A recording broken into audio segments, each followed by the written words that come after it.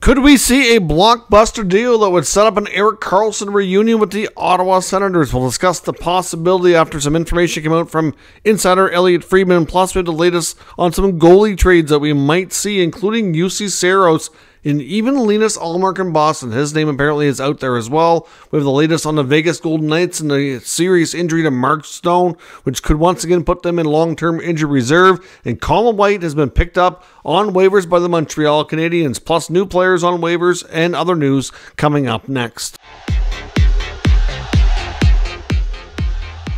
So welcome back to another video here at Top Shelf Hockey. As I mentioned, we have a lot of news and rumors to cover here today. Let's start with the news from the NHL waiver wire. The Montreal Canadiens today have made a waiver claim picking up Colin White from the Pittsburgh Penguins. Of course, Colin White on a short-term deal in Pittsburgh. He was originally an Ottawa Senator, as we talked about yesterday. Had a decent growth in the first few years. Got himself a 6-year contract extension. Suffered a bad injury in his shoulder area, and just his career really went downhill. Ended up getting bought out by the Senators. Played last year in Florida, but not well enough to get another contract from them. Ended up in Pittsburgh on a tryout and got a two-way deal. And now he's on waivers and ends up in Montreal. Of course, there is a connection. GM there, Ken Hughes, knows Colin White very well. So he's obviously willing to give him a chance here, given where their roster is at for right now in the season. They, in turn, to make room on the roster, had to place Brandon Gignac on waivers as well to be sent down, or, of course, he could be claimed as well. And, of course, Pittsburgh's in Montreal, so Colin White will have a real easy time tonight and basically go across the hall. Also part of the appeal here for Montreal to snag White on waivers, because it was real easy to get him into their lineup where Pittsburgh is already in town to play with the Montreal Canadiens. So obviously we'll see how he makes out. Trying to find something to kind of get his career back on track. Obviously back in the Atlantic Division. Of course, he would have done a lot of battles with the Montreal Canadiens during his time in Ottawa. So we'll see how he makes out there. A couple of new players on waivers today. As I mentioned, the Habs had to place Gignac on waivers to make room for White. And there's also Alex Beret-Boulet of Tampa on waivers. He's in the final year of a 3-year contract. 3-year contract that he signed under $1 million, pending UFA. A lot of people think this could signal the end of his time with Tampa. He's a possibility to get picked up by another team. Like his stats are decent enough to play a bottom 6 role in some of the other clubs around the NHL. So I'll be curious to see if he does get another chance. If he does indeed end up going to the minors, I suspect that he'll likely spend the rest of the season there and be a UFA in the summer, looking for a new opportunity. Of course, last night we saw a pretty big milestone in the NHL with Austin Matthews hitting the 50-goal plateau in game number 54. He also added goal number 51 of the affair as he's back in his home state of Arizona to do battle with a team he grew up idolizing, the Coyotes, of course. The Leafs ended up going 5-0 during this Morgan Riley-less stint while he's been suspended. Riley eligible to return tonight as the Leafs now head into Vegas, but it was a big night. Matthews had a really nice goal for goal number 50 there. Real special for him to do it back, like I said, against the team he grew up cheering for. It was, again, the building in Arizona for a second straight game was filled with the opposing team's fans. They had, of course, battled the Oilers just a few days ago. It was the same thing. Last night against the Leafs, same sort of thing. Like they were overwhelmed with Maple Leaf fans in the building. So a big night. Matthews well on track now for 70 goals or more. Has to be the favorite for the Hart Trophy, right? I mean, say what you want about him. It doesn't matter if you like the Leafs, don't like the Leafs. You got to respect what he's doing. Doesn't mean that the Leafs, regardless of how you feel about certain teams, I know certain fans have a hard time acknowledging certain milestones because it's not a team they like or what have you. And, obviously the Leafs have a huge fan base, but they also have a huge base of fans that don't like them too, right? And, Matthews is on pace to do something incredibly special this year. Whether or not that propels the Leafs into any additional success than they've seen last year, we'll have to wait and see. But it's an incredible run, and he's right now, to me, he's the favorite for the Hart Trophy. I know Nathan MacKinnon and Nikita Kucherov are right there, very well deserving as well. But it's just such a rare feat what Matthews is doing. It's the best we've seen in a long, long time. We also had some other roster moves to discuss today. A few other recalls and moves up and down the roster here. The Rangers recalled top prospect Brennan Othman, so he should see some more NHL action. The Coyotes returned goaltender Matt Vidalta, of course, who ended up getting beat by the Oilers the other night. The Kings, as I mentioned the other day, Victor Arvidsson was re-injured after just coming back after a long stint on LTIR. He's listed as week-to-week now, so he's going to miss probably at least a couple more weeks of action. The Kings also did activate Blake Lizotte, who was on LTIR for a brief period of time as well. And last night, the Bruins battled the Oilers, and they lost another defenseman. Of course, the Hampus Lindholm's already not on this trip, who got injured right before the road trip, and then Matt Grzelcyk was hurt last night, did not return, is expected to miss time. Ian Mitchell has been recalled to take his spot on the roster. So the Bruins are certainly running into a lot of issues on the back end with their health. So we'll see how things go on that front. Speaking of health and some moves that could be coming from it, let's talk about Vegas now. We know that Jack Eichel's on LTIR right now. Mark Stone likely heading in that direction as well. Although, I've seen some people saying, oh yeah, they're going to stash Eichel and Stone on LTIR and just, spend well above the cap and cheat the system or something. But in all honesty, I don't see that being the case. Eichel is not supposed to be not all that far from returning. So I don't think it's going to be a case where he's out till the end of the year. Could he be back or out to the trade deadline? Maybe. I'm not even sure it'll be that long. But in the case of Mark Stone, they're calling it a week to week. I know the original comments from GM Kelly McCrimmon was that he's going to be out a while. But then today they said week to week, but there is some reporters are saying that it's believed to be a lacerated spleen, which is a really rare, odd injury. I'm not really sure how that would have happened. I don't know the exact situation, how that came about. I know Jason Gregor, because it was Sarah Valley who had the details on the spleen. Jason Gregor, who works with Frank Saravalli with dailyfaceoff.com, as well as has his own radio show in the Edmonton media, did some some reaching out to some medical professionals, and they said that type of injury could be anywhere from 3 to 6 months, depending on the person and the exact details of the severity of it. So a lot of people are saying Stone probably be back for game 1 of the playoffs. I guess that's possible, but at this point, it wouldn't be shocking if he was out longer. It seems like it's a serious injury. I mean, for right now, they're calling it week to week. We'll see. But they have to really have a better idea by the trade deadline to see what that means. I know for Vegas, there's a lot of talk with that happening. If Stone is out the rest of the regular season, and I would suggest there's a decent possibility he's going to be now, that they could look to bring another forward or two in, of course, to make some additions here and some replacements. They may jump into, because they are believed to be kind of sniffing around Jake Gensel, but they could become much bigger players with the Penguins and the Gensel sweepstakes. Some talk about maybe Riley Smith coming back as well. Of course, in Pittsburgh, Smith is another player that's likely going to be moved by the Penguins. Riley Smith also has been linked to another former team of his, and that's the Florida Panthers. Both the Panthers and the Golden Knights, I think, could benefit from his services. Florida reportedly wants to add somebody else in their top 9. He could be a good addition for that, someone with good experience and ability to score. Of course, who has that Stanley Cup experience now.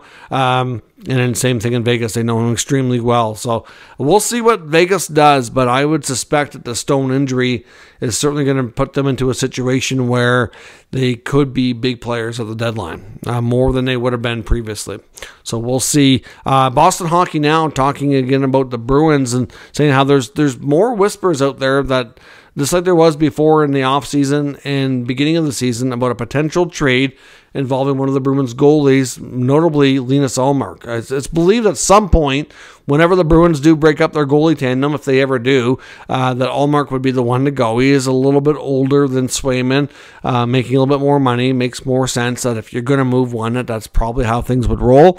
But at the same time, you have an awesome hockey goalie duel here that's really keeping you in the mix. I mean, you got to think it's fair to say that their goaltending is the strongest part of their team, the backbone of their team. I don't know if they are at where they are in the standings without their goalies. They do have some good forwards and some good D, but I tell you, goaltending is by far their strong suit. Some would think they'd be crazy to break it up, but there's also some people saying that, which makes sense. I understand where it's coming from because of all the injuries on the blue line now. You need some help back there, and really, are they going to go into the playoffs with the centers that they have, or do they want to add some experience? I mean, they're still missing Bergeron and Krejci, but they've done so well without them. But I know even on the TNT broadcast, it was brought up. I think it was Bissonnette brought up the fact that he thinks they need to add down the middle. And there's been some other whispers. So Boston Hockey Now reporters have been kind of hearing his name out there at Allmark a little bit. Doesn't really mean that they were really going to do that. I think, to be honest, it's probably, if you look at the Bruins, and if they do want to add a serious piece, they would have to move something of value. And to be honest, I don't know that they have much besides their goalies that would really get them that. So it makes sense that would probably be the move that would have to be made, except I'm not sure that's really where they want to go. So could the Bruins move Allmark and land a big piece for the playoffs? It's possible. I don't really know that that's overly likely, though, but we'll see. Another goalie, though, that's much more likely to be traded, according to fourthperiod.com, UC Saros in Nashville. The odds are pretty much increasing on a daily basis that he's going to be traded. Sources say to fourthperiod.com that Saros is, obviously we know he's eligible for a contract extension this coming summer, and that he's looking for a long-term lucrative deal like Ilya Sorokin, something in that neighborhood. So he's looking for some big money. He's going to be wanting north of probably $8 million. I mean, he's a well-accomplished goalie, one of the top in the league. He can command that kind of money, although I know a lot of teams are a little sketchy on having those long-term lucrative deals with goaltenders, especially one that's not far off from 30 years old, which is part of the reason why the Predators, as they approach the situation, are becoming more and more likely to leaning towards trading him, because they do have Yaroslav Askarov in the minors lighting it up, ready to roll, ready for that opportunity, and obviously would come a lot cheaper in the next few years than Saros would. So you got age and financial situation on your side with him.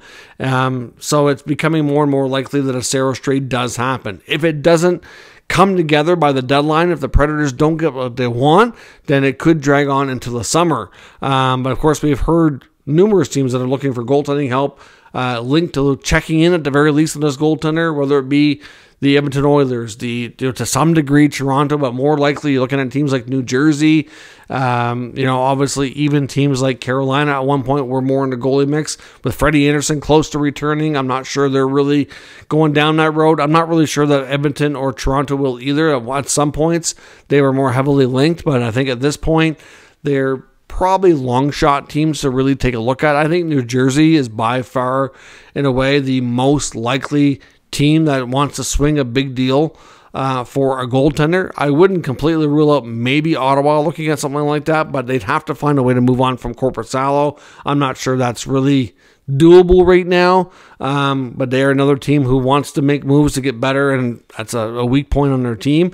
But again, I don't think that they have the assets, and then they'd have to unload another contract, which complicates things. And we're going to talk about them in another light here just in a moment's time. But obviously, Saros is going to get tons of attention. I wouldn't think the primary team would be New Jersey.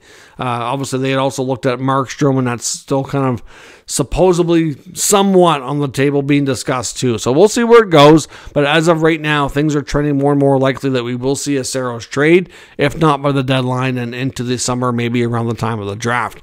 And now a blockbuster deal between Ottawa and Pittsburgh, an Erik Karlsson reunion with the Senators. Could we see it happen? Well, I'll tell you, Elliot Friedman got a lot of people talking about it after musing about such an idea in his latest 32 Thoughts column, the blog post, not on a podcast, but I'm sure him and Jeff Merrick will discuss it on the next podcast that'll be coming out Friday. But for right now, in written form, he's got a lot of people kind of chattering about the possibility of Karlsson going back to Ottawa. I've seen numerous articles popping up shortly thereafter, a lot of people discussing it in social media. Obviously, we know the Penguins are somewhat broken, not having the season they want.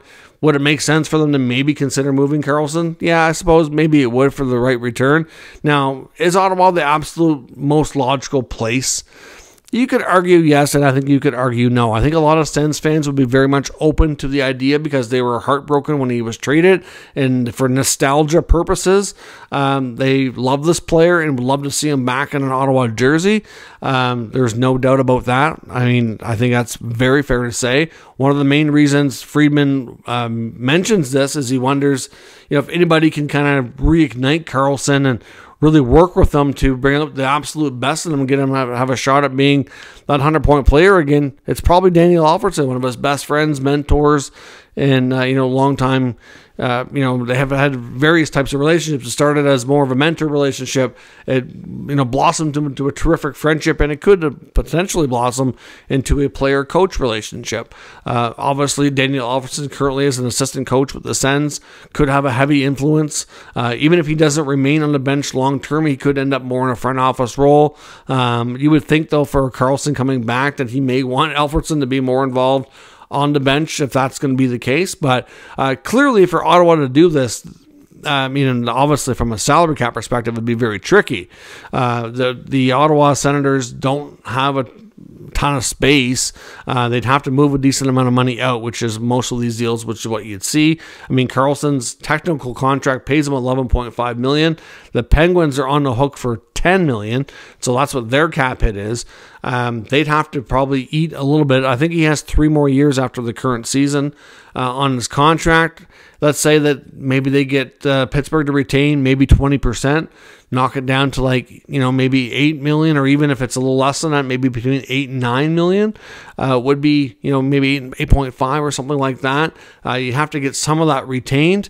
A player that's reportedly getting some calls and some interest from teams that are contacting the Senators, because they're certainly not out there trying to trade them, but apparently Josh Norris is generating some buzz. We've seen since the return of Shane Pinto, obviously Norris has struggled. He hasn't really been producing the offense. I think long-term, if he stays in Ottawa, he might have to be a winger, and I'm not sure that he's really been used in the best spots. Like even on the power play, they have him on his offside. He's not in on the one-timer spot from a left-hander shooter like he was last year or the year before, where he, cranked in over 30 goals. They have him playing on the opposite side, which to me just isn't really good utilization. Don't question a lot of what Alfred and Jacques Martin have done in Ottawa. For the most part, they've done a great job, but that's the one decision that kind of baffles me a little bit. So, if you take a look at the contracts, if you throw in a defenseman, let's say Eric Brandstrom and Josh Norris, well, then that's enough to cover Karlsson's contract. So is it doable to make that deal happen? It absolutely is, and it's not really that complicated. Clearly the Penguins would want probably some help up front and on the back end. Now, the only thing is do you move Brandstrom, or do you maybe move a guy like Chychrun? The Penguins are probably going to ask for Chychrun, I would suspect. Think about this for a second. If Karlsson comes back to Ottawa, your right side of your blue line would be pretty well set. You'd have Karlsson, Zub, and Jacob Bernard-Docker. Bernard-Docker would be, to me, a really good in third pair role for a while. Eventually could move up when Zub maybe comes back, or, as Zub gets older, they could maybe switch roles or what have you. So there's that. And then on the left side, you have Jake Sanderson, Thomas Chabot, and Jacob Chychrun. But, none of those guys are a third pair defenseman. So maybe you do move Chychrun. Something would have to give, right? From a cap perspective and just from a, making sure everybody has ample playing time perspective. So, not to know what else Steve Staios may do with this roster, but that is a deal that I think that definitely works cap-wise to bring Karlsson home to Ottawa. And secondly, it gives the Penguins a young centerman to start building around, who could be mentored by Sidney Crosby. He already has a 30-goal season under his belt. He's still young. You get yourself a good D, whether it's Chychrun, Brandstrom, or somebody of that nature. Maybe there's a prospect in there too. I don't know what else exactly what the package would be, but something built around Norris and Brandstrom would be enough, or maybe Chychrun's involved. It would not be that difficult to make this happen. And I'm sure, I have no doubt at this point in his career, Karlsson would welcome a trade back to Ottawa if he's going to move on from the Penguins again. We already seen him go to San Jose, over to Pittsburgh. I don't think he'd have any issues going back to where it all started. Of course, his wife is from there. They still have a house there, spend a lot of time there in the summer.